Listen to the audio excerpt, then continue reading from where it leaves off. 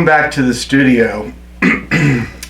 There are a lot of times when I feel like I haven't accomplished much, and I imagine that we all have times like that when we have suffered from a feeling of lack of accomplishment. And I kind of felt like this year was overwhelming, and probably others of you felt the same way. But I wanted to do a year in review video, and it wasn't until I started compiling the list that I realized that I actually did get quite a bit done this year. And we're going to go through some of the things that we did on video in 2021. And these are not in order that we did them in, but there are videos of all of these posted online. One of them was called Fading Geese. Not only did we make the quilt in the video, but we also did a quilting pattern on fading geese. Another really big project that we did was called a Dream Big 9-patch. This is probably the largest piece that we did for the year.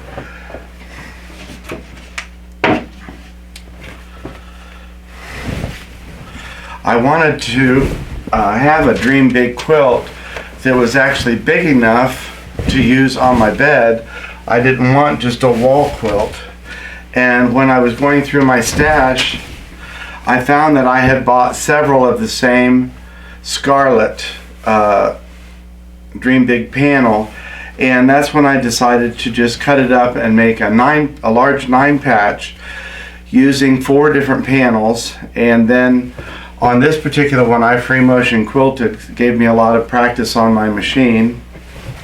But it's got lint all over it because it's been on my bed for a long time. Another one of my quilts that I did was this large diamond 4-patch. This was another really big quilt, and I used a pattern by Natalie Gorman called Macintosh Rose. And we have a couple applique projects here. This one was called Austin City Limits. I believe this was designed by Melanie Caldwell. And we have a Welcome Home banner. This is another one that was a laser cut and pre-fused applique project.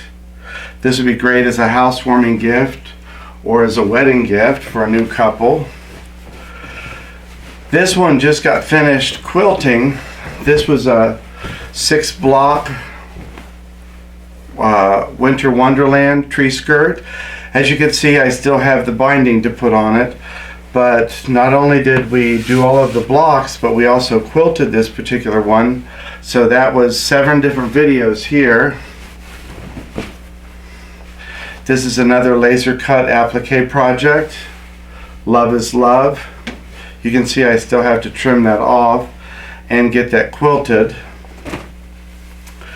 We have a growth chart. I did this particular one in an ombre batik on the sides so that we have a darker at the top and it fades down to the bottom. But we also have 2 samples of the growth chart in the studio. This was the Merry Christmas Pedal Power.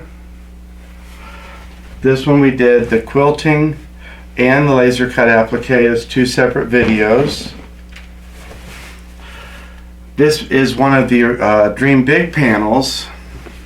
I used the Urban Elements Tearaway Dream Big panels.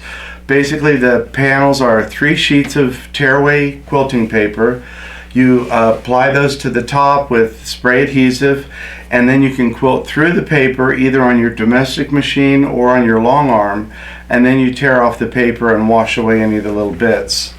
So you can see it's beautifully quilted. I believe there's 16 different Dream Big panel tearaways, and there's also 16 different digital quilting patterns for the Dream Big. So that was a whole quilt. We have our Blossom Braid table runner that we did. Trick or Treat. This is one of the block of the months, and we did the quilting on there. This is a spider web.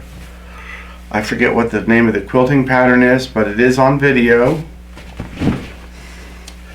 This one was Urban Sticks. This is a quilting pattern that we did.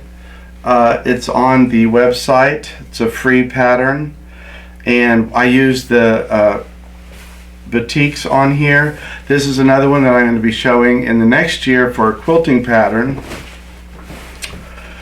We did a whole segment called Vintage Elements. I found this old quilt top online on an auction site, and rather than doing an edge-to-edge quilting on this,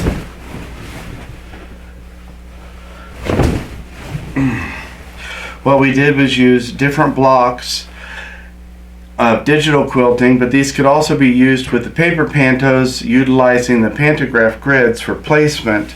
But we put the quilting digital designs in each of the blocks. We quilted it in coordinating thread for each block. There are 6 different quilting blocks used on this quilt, and it has some lint on there too. This one I haven't finished the sleeve of the binding yet, but you can see the quilting turned out beautiful on here.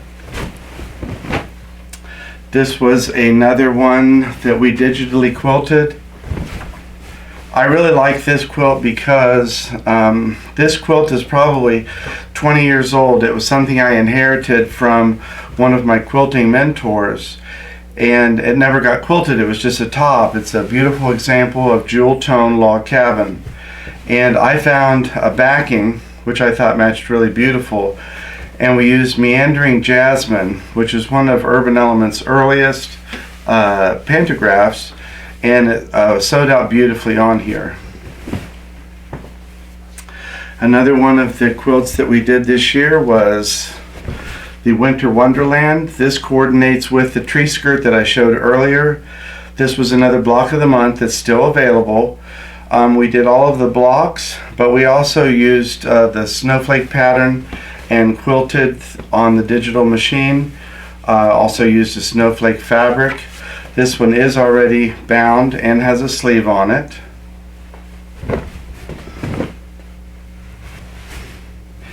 I call this Twinkle Little Gnome because I used Twinkle quilting pattern in the background.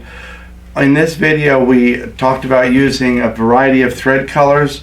So it starts at a very dark blue at the top. In every row of the panto I change thread color to a lighter color of blue until we get to white at the bottom, and I called that ombre quilting. But we had Gnome for the Holiday, which was the quilt. We have Blank Slate, which was the quilt pattern, and then we have Twinkle Twinkle Little Star, which is the quilting pattern. And then the last 2 that I have are the Dog Park and Alley Cat.